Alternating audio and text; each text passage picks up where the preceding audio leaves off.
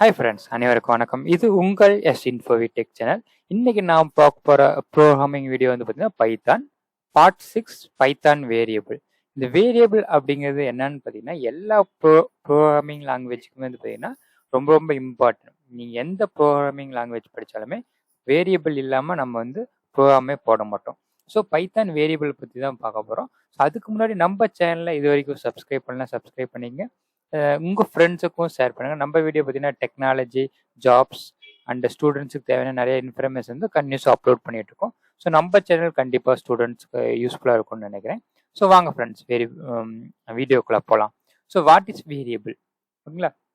இப்போ நீங்கள் வேரியபிள்லாம் காட்டலாம். வாட் இஸ் வேரியபிள் அப்படின்னா வேரியபிள் இஸ், இப்போ நான் வந்து என்ன சும்மா variable is memory allocation to store the data.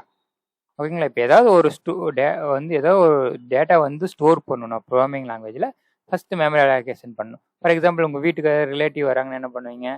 First வந்து பார்த்தீங்கன்னா உட்கார வைப்பீங்க. உட்கார வைக்கணும்னு என்ன பண்ணணும்? அவங்க உட்காரத்துக்கான இடம் வந்து அலோகேட் பண்ணணும். அப்போ என்ன பண்ணுவோம்? சேர் எடுத்து போடுவோம். ஒரு 10 பேர் வந்தாங்கன்னா 10 சேர் எடுத்து போடுவோம். சேர் எடுத்து போகிற மெமரி பிளேஸ், அவங்க உட்காரதுக்கான பிளேஸ் வந்து அலகேட் ஆயிரும். இப்போ அதில் உட்காருவாங்க.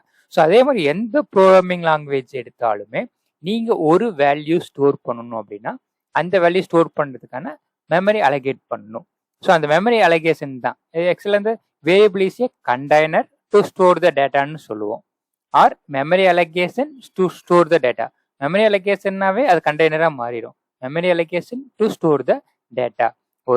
ஒரு பிளேஸ்ல ஒன்று வைக்கணும்னா அதுக்கான பிளேஸ் தேவை. அதே மாதிரி ப்ரோக்ராமிங்ல ஒரு வேல்யூ ஸ்டோர் பண்ணணும் அப்படின்னா அந்த வேல்யூ ஸ்டோர் பண்றதுக்கான பிளேஸ் எப்படி கிரியேட் பண்றதுங்கிறது தான் வேரியபிள் அப்படின்னு சொல்லுவோம். ஃபார் எக்ஸாம்பிள் நம்ம என்ன பண்ணோம்? எக்ஸ் ஓகே, எக்ஸ்ல நார்மலாக என்ன பண்ணுவோம்னா டேட்டா டைப்னு ஒன்று இருக்கும். அது நெக்ஸ்ட் செஷன்ல பார்ப்போம். நார்மலாக என்ன பண்ணுவோம்னா இங்கே எப்படி கொடுப்போம்னா எக்ஸ் அப்படிங்கிற ஒரு வேரியபிள் நீங்கள் என்ன நேம் வேணாலும் கொடுத்துக்கலாம். ஓகேங்களா?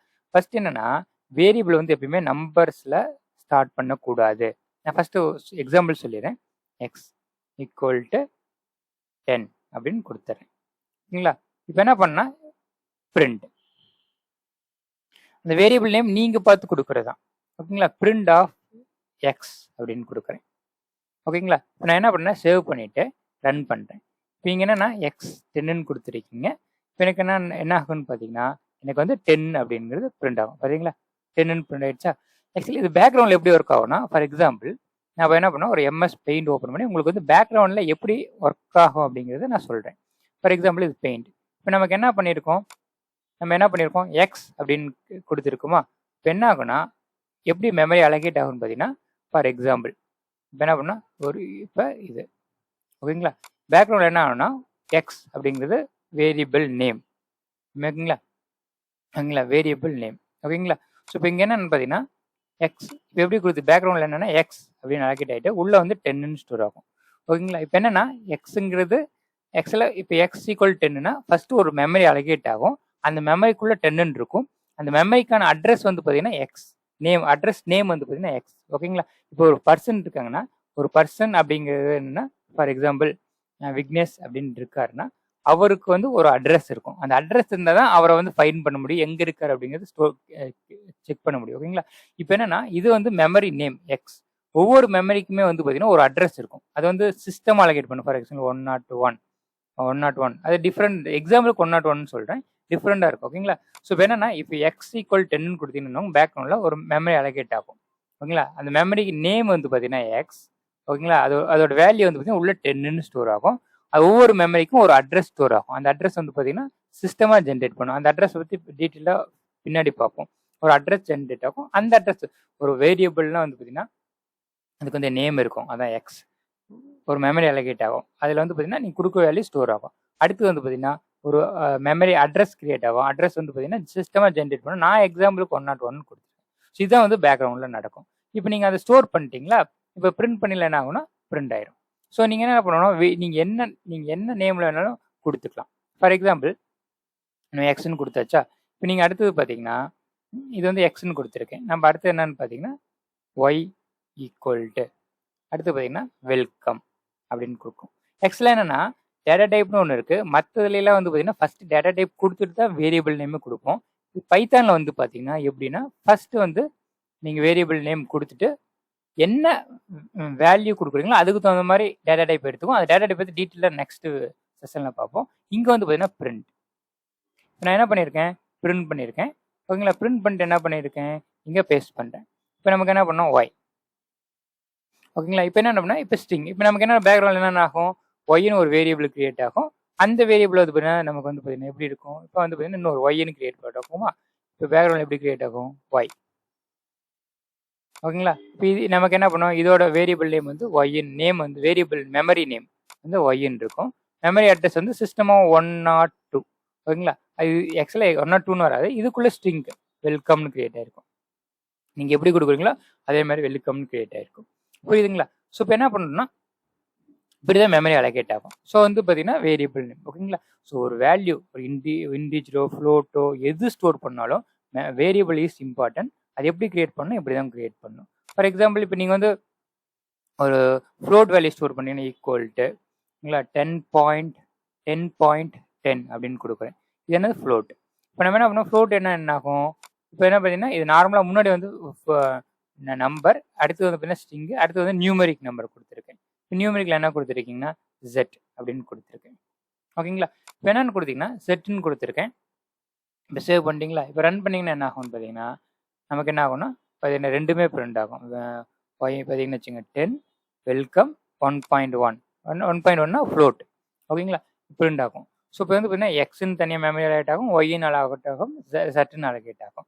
பட் இந்த வேரியபிள் நேம் பொறுத்த வரைக்கும் சேம் வேரியபிள் எகைன் வந்து நீங்கள் டிக்ளேர் பண்ண முடியாது.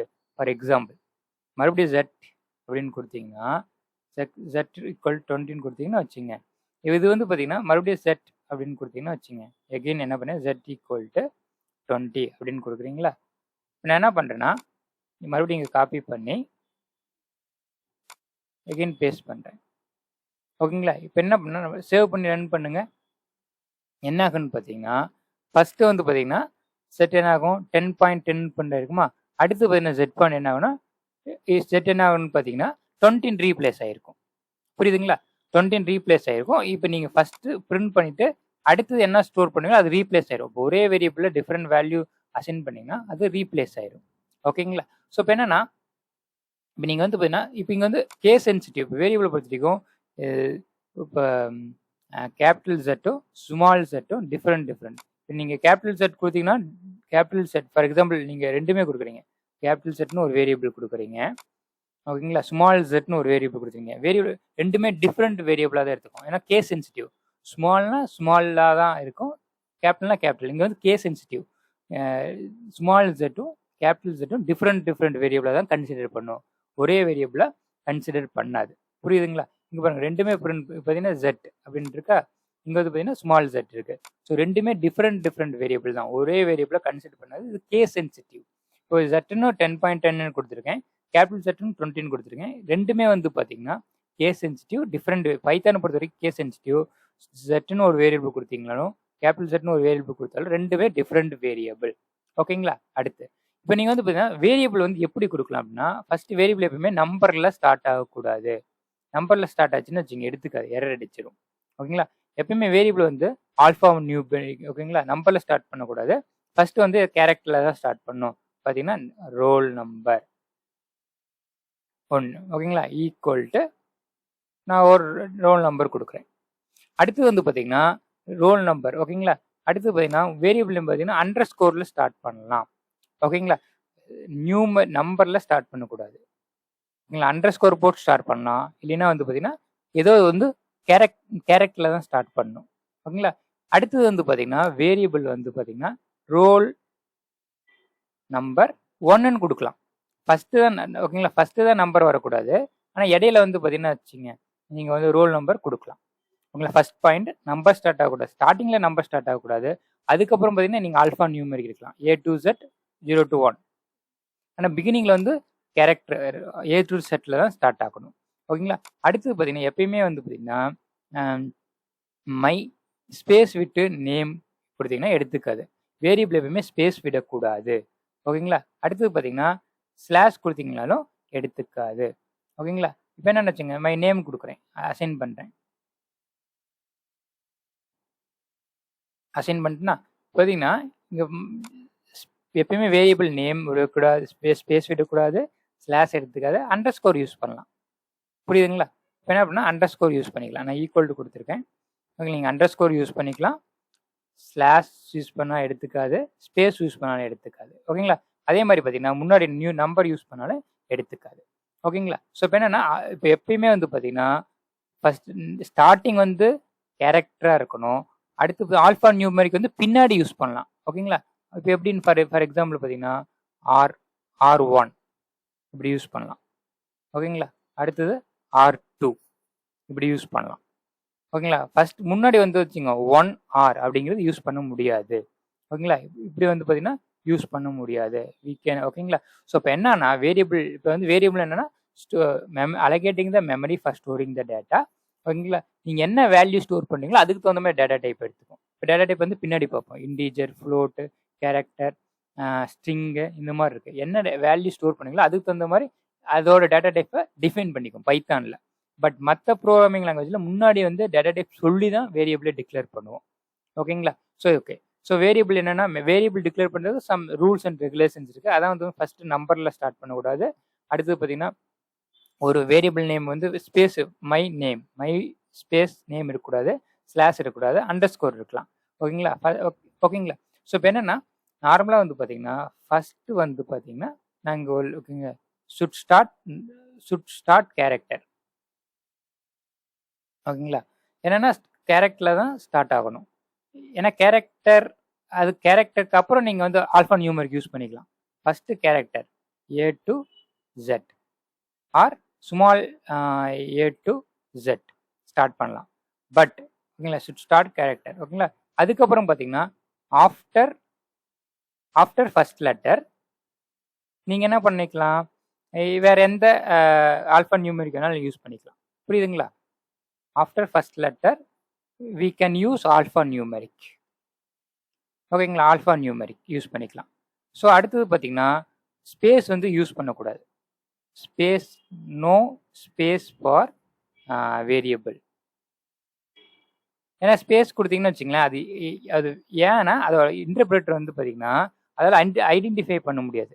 ஏன்னா ஃபர்ஸ்ட்டு ஸ்லாஷ் நேம்னு வச்சுங்க, ஸ்பேஸ் கொடுக்கக்கூடாது. அடுத்து பார்த்தீங்கன்னா ஓகே நம்ம என்ன பண்ணோம்னா ஸ்லாஷ் யூஸ் பண்ணக்கூடாது. ஸ்லாஷ் வந்து டூ நாட் யூஸ். ஓகேங்களா? பிகினிங்கில் வந்து பார்த்தீங்கன்னா should start with alphanumeric or இங்கே வந்து பார்த்தீங்கன்னா ஆர் அண்டர் ஸ்கோர் யூஸ் பண்ணலாம். ஓகேங்களா? ஸோ இதான் வந்து பார்த்தீங்கன்னா வேரியபிளுக்கான ரூல்ஸ் அண்ட் ரெகுலேஷன்ஸ். ஓகேங்களா ஃப்ரெண்ட்ஸ்? ஸோ இப்போ வேரியபிள்னா என்னன்னு பார்த்தோம், எப்படி வேல்யூ ஸ்டோர் பண்ணுன்னு பார்த்தோம், அதுக்கான ரூல்ஸ் அண்ட் ரெகுலேஷன்ஸ் பார்த்தோம். ஓகேங்களா ஃப்ரெண்ட்ஸ்? ஸோ அடுத்த வீடியோவில் நம்ம பார்க்க போகிறது வந்து டேட்டா டைப். அது ரொம்ப இம்பார்ட்டன்ட் டைப், டேட்டா டைப். ஓகேங்களா? ஸோ இந்த வீடியோ கண்டிப்பாக உங்களுக்கு ரொம்ப பிடிச்சிருக்குன்னு நினைக்கிறேன். மறுபடியும் வந்து நாளைக்கு உங்களுக்கு அடுத்த வீடியோ அப்லோட் பண்ணுறேன். Thank you so much. Have a great day.